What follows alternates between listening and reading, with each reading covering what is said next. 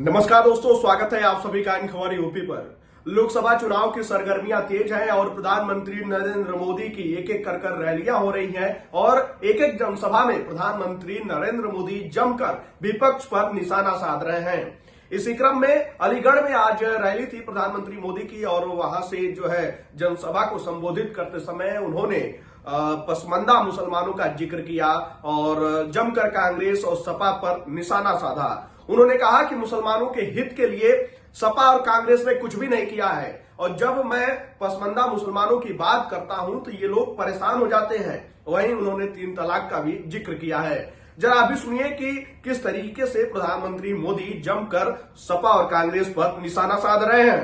कांग्रेस सपा जैसी पार्टियों ने हमेशा तुष्टीकरण की राजनीति की और मुसलमानों के राजनीतिक, सामाजिक, आर्थिक उत्थान के लिए कभी कुछ नहीं किया। और जब मैं पसमानदा मुसलमानों की मुसीबत की चर्चा करता हूं तो इनके बाल खड़े हो जाते हैं, क्योंकि ये ऊपर के लोगों ने मलाई खाई है और ये पसमानदा मुसलमानों को भी उसी हालत में जीने के लिए इन लोगों ने मजबूर कर दिया है। साथियों, इसी क्षेत्र में 3 तलाक से पीड़ित कितनी ही बेटियों का जीवन तबाह हो गया था। और सिर्फ बेटियों का नहीं, और 3 तलाक के कारण मुसीबत में आई उस बेटी, उसके पिता, भाई, परिवार सब परेशान हो जाते थे। अब मोदी ने 3 तलाक के खिलाफ कानून बनाकर उनका जीवन भी सुरक्षित किया है।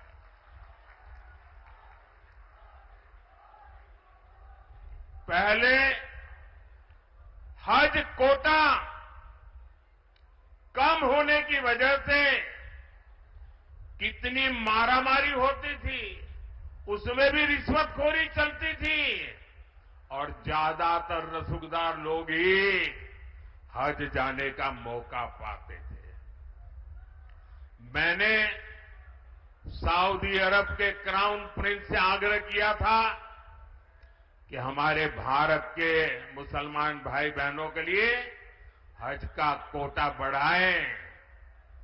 आज न सिर्फ भारत का हज का कोटा बढ़ा है, बल्कि वीजा नियमों को भी आसान बनाया गया है।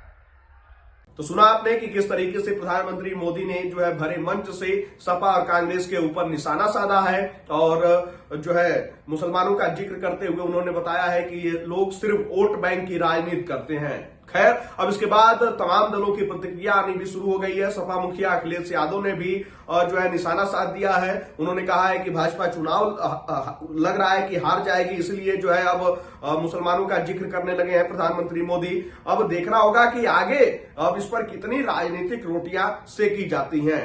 खैर, इस पर आपकी क्या राय है? आप अपनी राय कमेंट बॉक्स में हमें जरूर बताइएगा।